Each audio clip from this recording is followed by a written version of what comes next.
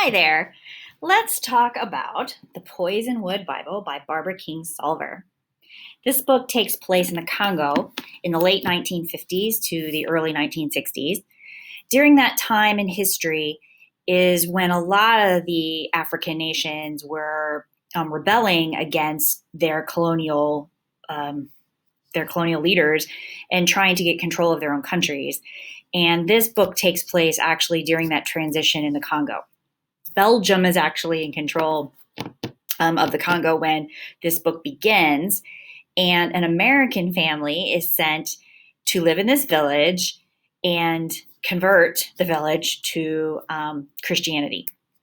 The minister, the father in this case, is very conservative. He's very strict, to the point of almost being abusive, and the villagers do not take to that type of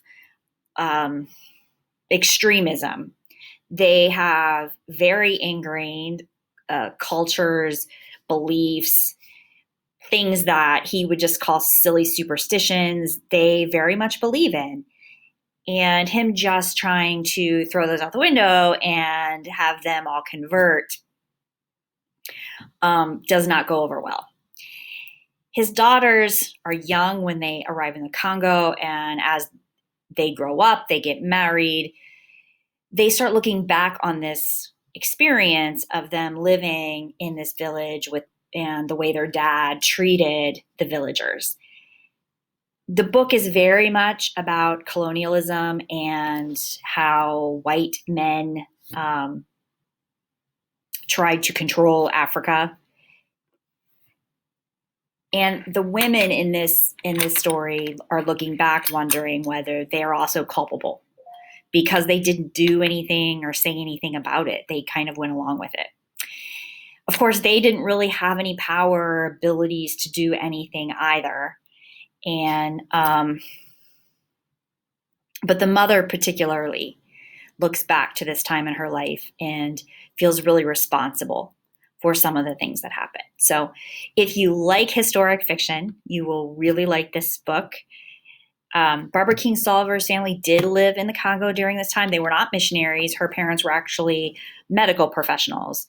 But she chose to use the missionary perspective, I think, because it does lend itself so well to this question of colonialism and kind of the Western right to enter Africa and try to assimilate or convert everyone to our culture and our beliefs.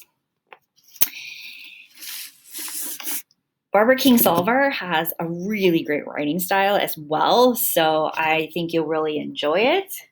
And like I said, especially if you like historic fiction, there is a lot of great history that is put in here as well, and things that you might not know if you haven't really studied much of African history. So, The Poisonwood Bible by Barbara Kingsolver.